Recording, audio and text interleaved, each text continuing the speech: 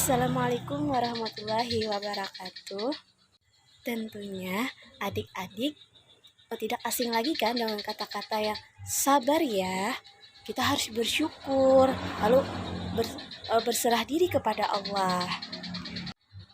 Nah, di video kali ini kita akan membahas tentang mata pelajaran akhlak terpuji, yaitu ikhtiar, tawakal, sabar, syukur, dan qanaah. Disimak videonya ya adik-adik. Adik-adik, sebelum kita ke pembelajaran, di sini kakak ada gambaran tentang pembelajaran kita hari ini. Nah, di sini kakak ada menampilkan gambar-gambar. Di sini semua gambar ini mencakup tentang pelajaran kita hari ini, yaitu tentang ikhtiar, tawakal, sabar, syukur, dan qanaah. Di sini ada orang menunggu sedang berbuka puasa dalam kesabarannya ya, menunggu berbuka puasa. Lalu orang mengucapkan syukur alhamdulillah, dan masih banyak lagi. Baiklah adik-adik, kita masuki ke pembahasan pelajaran kita, yaitu pembelajaran tentang akhlak terpuji, yaitu tentang ikhtiar, tawakal, sabar, syukur, dan qanaah. Yang pertama ada ikhtiar.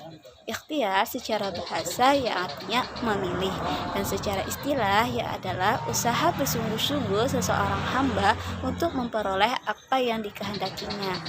Ketika seorang hamba ingin memperoleh sesuatu pekerjaan yang baik dan dia sudah mendapatkan pekerjaan itu, maka disitulah dia akan berusaha bersungguh-sungguh, bekerja dengan baik, dengan rajin dalam bekerja agar dia sukses kemudiannya. Lalu ada dalil nakli ikhtiar. Nah, firman Allah Subhanahu wa taala dalam Al-Qur'an surah Ar-Ra'd ayat 11 yang dimana di sini kakak tampilkan. Nah, di sini sudah kakak ada tampilkan firman-Nya Quran surah Ar-Ra'd ayat 11. Kakak bacakan ya, yaitu Bismillahirrahmanirrahim. Innallaha la yughayyiru ma biqaumin hatta yughayyiru ma bi anfusihim. Yang artinya, sesungguhnya Allah tidak akan mengubah keadaan suatu kaum sampai mereka mengubah keadaan yang ada pada diri mereka sendiri. Nah, itu dalil nakli tentang ikhtiar. Selanjutnya ada contoh perilaku ikhtiar.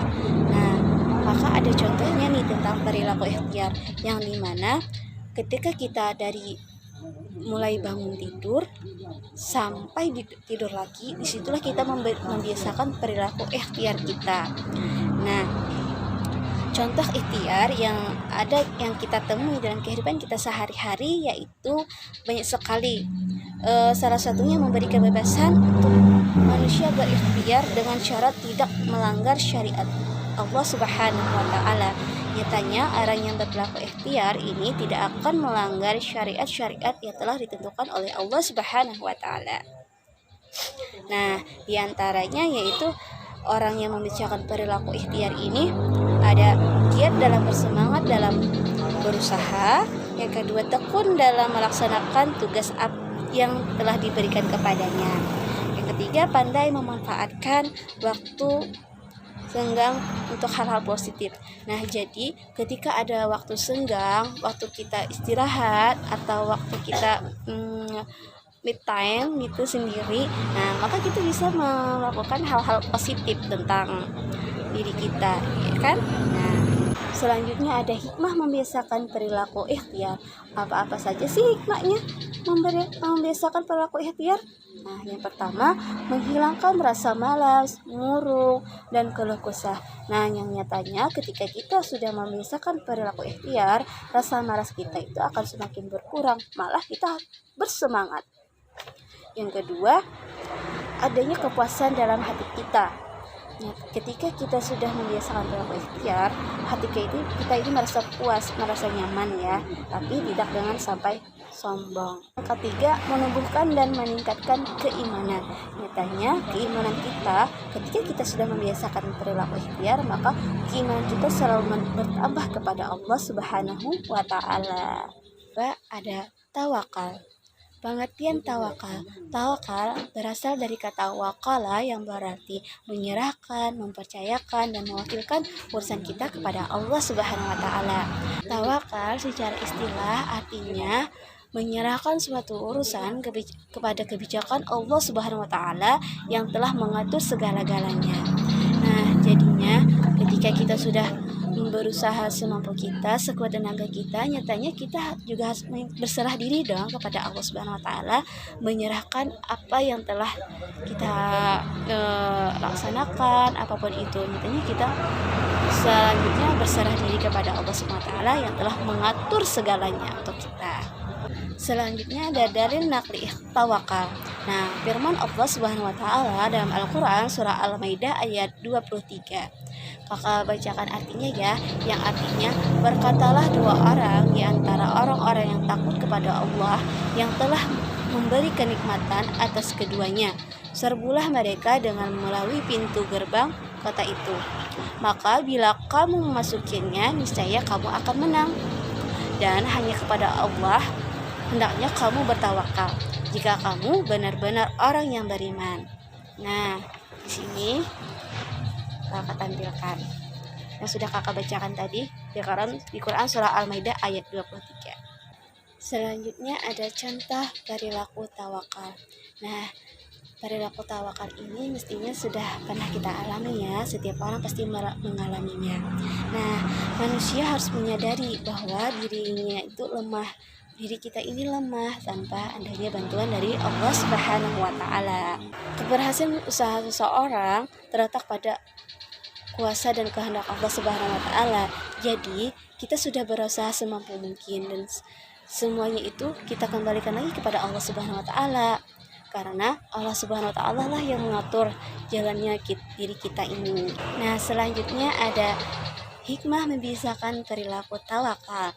Nah, mestinya ada hikmah atau dampak positifnya ketika kita sudah membiasakan perilaku tawakal. Yang pertama, meningkatkan keyakinan dan keimanan kita kepada Allah Subhanahu wa taala. Ketika kita membiasakan diri berperilaku tawakal, keyakinan dan keimanan kita akan semakin bertambah kepada Allah Subhanahu wa taala. Yang kedua, memperoleh ketenangan dan ketentraman jiwa. Ketika diri kita sudah sering membiasakan tawakal, maka disitulah diri kita, jiwa kita, hati kita, pikiran kita akan tentram dan tenang. Yang ketiga ada memperoleh keteguhan hati. Hati kita akan merasa teguh, kuat ketika kita sudah biasa untuk berperilaku tawakal. Yang terakhir, keempat, yaitu menjarakan bahwa diri kita ini lemah. Nah, mestinya kan diri kita ini lemah, diri kita ini tak berdaya tanpa adanya bantuan dari Allah Subhanahu wa taala. Yang ketiga, syukur. Pengertian syukur. Syukur adalah suatu refleks dari tawakal. Nah, secara istilah syukur memberikan pujian kepada Allah Subhanahu wa taala. Adik-adik, ada 3 cara bersyukur loh. Mau tahu nggak? Nah, di sini kakak jelaskan ada 3 cara bersyukur.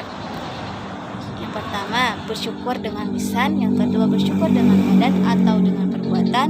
Yang ketiga, bersyukur dengan hati. Nah, kakak contohkan dengan bersyukur dengan lisan. Ketika kita mengucapkan Alhamdulillah, nah maka di situ kita bersyukur atas kenikmatan yang telah diberikan kepada Allah Subhanahu wa taala. Nah, adik-adik, di sini kakak akan menampilkan dalil naqli perintah syukur, yaitu terdapat dalam firman Allah Subhanahu wa taala dalam Al-Qur'an surah Al-Baqarah ayat 152. Nah, di sini ya sudah ada gambarnya. Nah, di sini kakak bacakan yang artinya, karena itu ingatlah kamu kepadaku. Niscaya aku ingat pula kepadamu. Dan bersyukurlah kepadaku dan janganlah kamu mengingkari nikmatku. Quran surah Al-Baqarah ayat 152. Nah, ayat di sini menjelaskan kita itu seharusnya senantiasa ingat kepada Allah SWT yang telah memberikan kenikmatan atas kehidupan kita di dunia ini. Kita harus bersyukur karena kita sudah merasakan kenikmatan yang telah diberikan Allah Subhanahu wa taala. Ketika kita mendapatkan pekerjaan yang baik, kita bisa makan, kita bisa membeli apa yang kita inginkan. Nah, maka di situ Allah memberikan kenikmatan yang tiada batasnya untuk kita. Maka disitulah kita harus bersyukur kepada Allah Subhanahu wa taala. Di sini Kakak mencontohkan tentang perilaku syukur. Contohnya yaitu nikmat berupa jasmani dan rohani. Nah, itu merupakan contoh dari syukur. Karena apa? Kenapa Kakak memberikan contoh itu? Karena jasmani dan rohani kita itu adalah pemberian yang terbaik dari Allah Subhanahu wa taala untuk kita. Ketika jasmani dan rohani kita baik, sehat, bagus, maka disitulah nikmat Allah begitu besar untuk diberikan untuk kita. Nah, disitulah kita harus bersyukur kepada Allah Subhanahu wa taala. Ada hikmahnya loh ketika kita sudah membiasakan diri berperilaku syukur.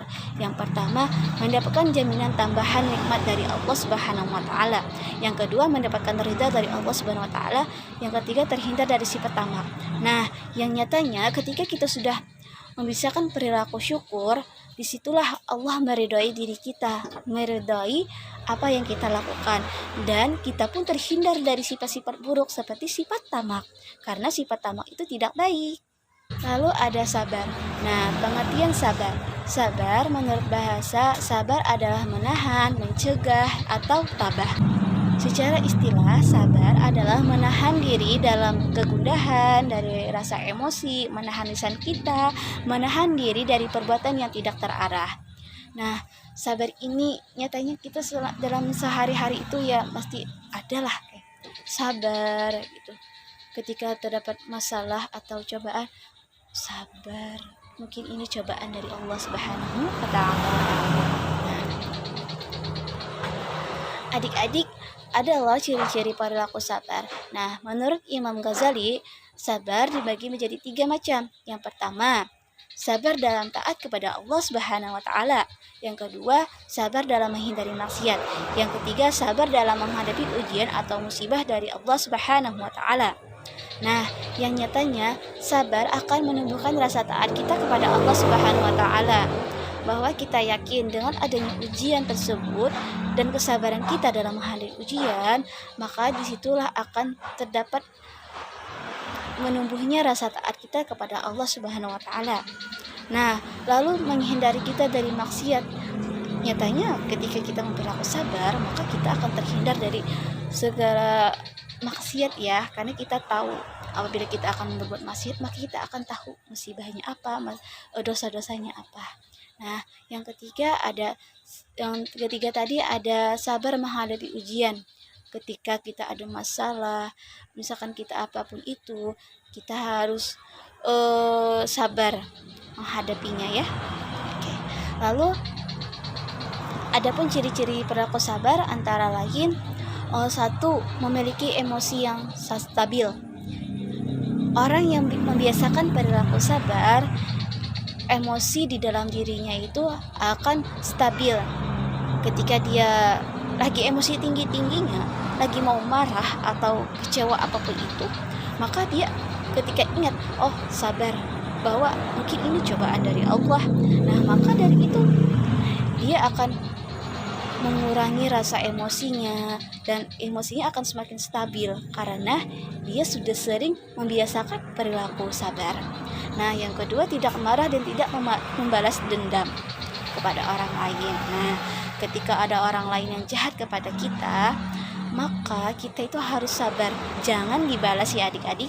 Ketika orang ada yang mencaci maki kita, mencela kita, memarahi kita, maka kita jangan membalasnya. Lalu yang ketiga ada tidak mau menyakiti orang. Nah, orang yang sudah membiasakan perilaku sabar, nyatanya tidak akan mau sedikit pun untuk menyakiti orang lain atau menyakiti perasaan orang lain. Nah, yang terakhir ada selalu menghormati orang lain. Orang yang sabar selalu menghormati orang, maupun itu orang tua, orang muda, pastinya dia selalu menghormati orang tersebut. Nah, adik-adik, Di sini kakak ada mencontohkan orang-orang yang berperilaku sabar.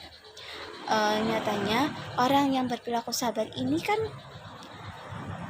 misalkan orang itu ada masalah, ada musibah atau apapun itu, ketika dia sabar dalam menghadapi masalahnya, maka disitulah derajatnya ditinggikan di sisi Allah Subhanahu wa Ta'ala.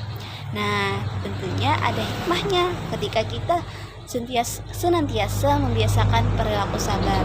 Yang pertama, dapat membendung tipu daya setan. Nah, setan itu kan suka tuh menggoda kita untuk mana selalu emosi tinggi itu. Emosi kita ketika marah meledak tinggi emosi kita. Nah, maka di situ ketika kita senantiasa untuk sudah berperilaku sabar, maka kita bisa menampungnya, bisa memendungnya dengan tidak membendung tipu daya setan. Nah, yang kedua, Allah menjamin kenikmatan di dunia maupun di akhirat kepada orang-orang yang sabar.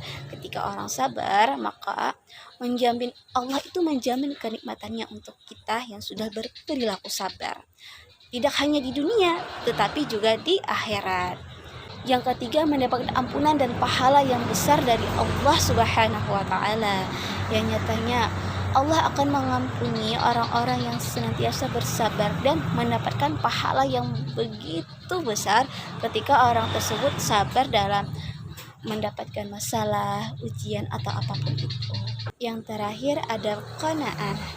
Pengertian qanaah. Nah, qanaah berasal dari bahasa Arab qana'a ya'na uqana anqana atan, yang berarti suka menerima yang dibagikan kepadanya atau rela. Nah, secara istilah qanaah berarti menerima keputusan Allah Subhanahu wa Ta'ala dengan tidak mengeluh, merasa putus asa, merasa puas dan penuh keridhaan atas keputusan Allah Subhanahu wa Ta'ala, serta senantiasa tetap berusaha sampai batas maksimal kemampuannya. Nah, di sini adik-adik, qanaah ini mengajarkan kita untuk penuh keridhaan atas yang sudah diberikan Allah Subhanahu wa Ta'ala terhadap diri kita. Itu pun sampai batas kemampuan diri kita. Nah, adik-adik, dalam sifat qanaah ini kita bukan berarti harus selalu bermalas-malasannya. Nah, tidak harus diam, bermalas-malasan dan berpangku tangan. Nah, dalam menghadapi masalah atau musibah, tetapi sesungguhnya orang yang qanaah adalah dia yang sudah melaksanakan tugas namun hasilnya tidak sesuai dengan yang diinginkannya. Akan tetapi dia tidak pernah putus asa. Nah, jadi orang yang qanaah ini dia tidak akan pernah putus asa terhadap apa yang sudah dilaksanakannya atau yang sudah dilakukannya. Misalkan kakak berikan contohnya ya. Contohnya ketika kita ujian nih, mau ujian sekolah, menjawab soal. Situ kita sudah berusaha kan dalam belajar dulu sebelum ujian, sebelum ulangan. Kita sudah belajar, sudah membaca buku, semuanya yang telah materi dipelajari oleh ibu. Lalu, nah, setelah kita menjawab soal ulangan atau ujian, lalu di situ kita sudah yakin bahwa karena kita sudah belajar, nah kita hasilnya kita serahkan lagi kepada Allah Subhanahu wa Ta'ala. Karena disitulah sudah kemampuan kita dalam menjawab soal ulangan.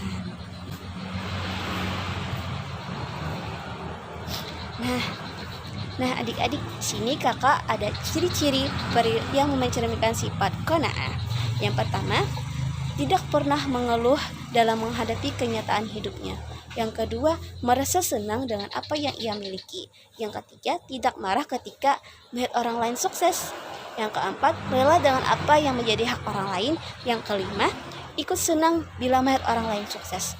Nah, di sini kakak juga bisa mencontohkan yang nyatanya ketika orang yang memiliki sifat qanaah, dia tidak akan iri dengki adik-adik. Ketika dia melihat orang lain sukses, maka dia akan senang juga. Dia akan ikut senang dalam kesuksesan orang itu. Dan dia pun tidak akan mengeluh tentang apa yang sudah didapatkannya. Nah, itu yang bisa kakak gambarkan tentang qanaah ini. Lalu ada hikmah membiasakan sikap qanaah. Yang mestinya ketika kita sudah membiasakan sikap qanaah, maka ada hikmahnya. Yang pertama, jiwa dan pikiran lebih tenang. Yang kedua, disukai setiap orang. Yang ketiga, mendapatkan kebahagiaan dunia dan akhirat. Dan yang keempat, terhindar dari sifat tamak. Nah, di sini hikmahnya ini sangat besar ketika kita sudah memperlakukan sikap qanaah. Jiwa pikiran kita akan lebih tenang karena kita sudah membiasakan perilaku qanaah. Lalu kita akan disukai banyak orang.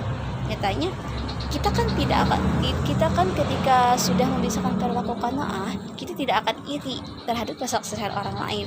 Maka disitulah orang akan senang, akan bahagia ketika berteman dengan kita, ya kan? Atau bertemu dengan kita. Nah, gimana adik-adik? Mudah kan mempelajari perilaku terpuji ini yang kita bahas hari ini? Nah, maka dari itu pesan dari kakak, kita harus senantiasa membiasakan perilaku dari akhlak terpuji ini ya, yang telah kita pelajari tadi. Semoga dapat diambil hikmahnya dari pembelajaran kita hari ini ya. Kakak akhiri dengan wabillahi taufiq. Wassalamualaikum warahmatullahi wabarakatuh.